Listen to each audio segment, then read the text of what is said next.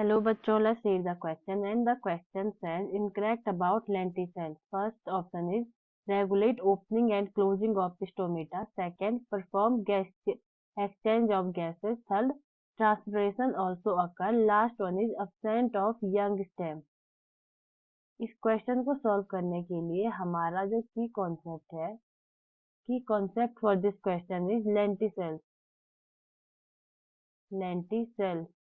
Lenticels first we should know कि lenticels क्या होते हैं. लेंटिसेल्स स्मॉल रेज्ड पोर होते हैं. They are small raised pores और ये उन स्टेम्स में पाई जाती है जिनमें सेकेंडरी ग्रोथ होती है. Found in stem with secondary growth. With secondary growth जैसे bark of woody tree. Bark of woody tree की जो स्टेम होती है, वुडी स्टेम. और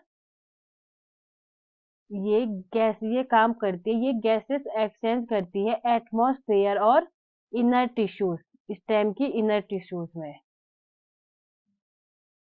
एक्सचेंज गैसेस बिटवीन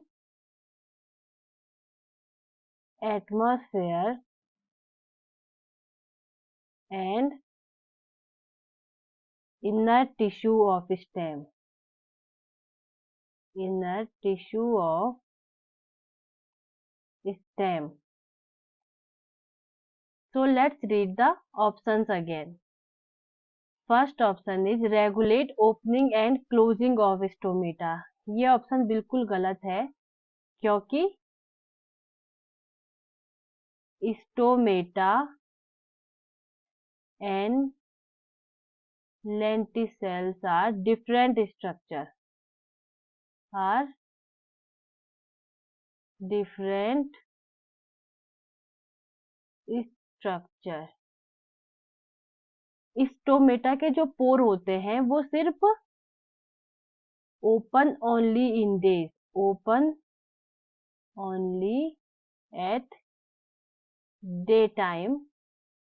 और लेंटिकल्स के जो पोर होते हैं वो डे और नाइट दोनों टाइम ओपन रहते हैं क्योंकि इनमें क्लोजिंग मैकेनिज्म नहीं होता है.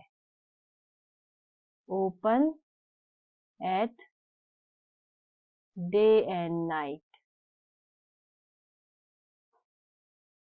So first option is wrong. Second is perform exchange of gases. ये गैसेस का एक्सचेंज परफॉर्म करते हैं एटमॉस्फेयर और inner tissue of stem. Third one is transpiration also occur. So इनमें ट्रांसपिरेशन होता है बट बहुत कम मात्रा में. टोटल ट्रांसपिरेशन के only 0.1% transpiration occur by lenticels.